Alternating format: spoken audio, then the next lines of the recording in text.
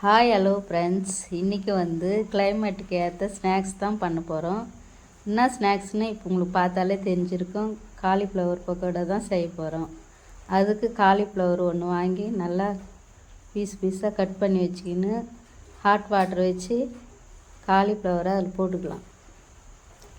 காலிஃப்ளவரை போட்டு கொஞ்சமாக மஞ்சத்தூள் போட்டு காலிஃப்ளவரை நல்லா எடுத்து வடிகட்டிக்கலாம்.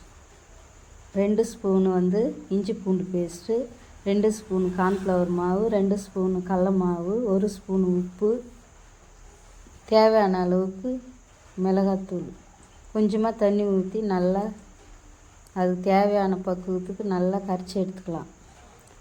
அது கூட நல்லா கொஞ்சம் தண்ணி ஊற்றி நல்லா மிக்ஸ் பண்ணிக்கின்னு காலிஃப்ளவரை அதில் போட்டுக்கலாம். நல்லா மிக்ஸ் பண்ணிடணும் ஃப்ரெண்ட்ஸ்.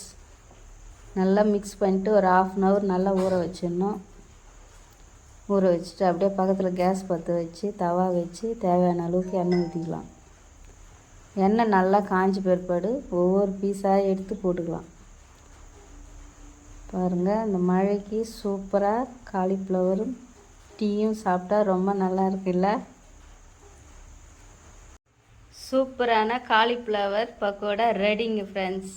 நல்லா டீ சுட சுட ஒரு கப்பு ஊற்றிக்கின்னு இந்த பக்கோடா வச்சுன்னு சாப்பிட்டா அந்த கிளைமேட்டுக்கு எவ்வளோ சூப்பராக இருக்கும். நீங்களும் இதே போல் செஞ்சு சாப்பிட்டு பார்த்து எனக்கு கமெண்ட் பண்ணுங்கள் ஃப்ரெண்ட்ஸ். நாளைக்கு இன்னொரு வீடியோவில் பார்க்கலாம். பாய்.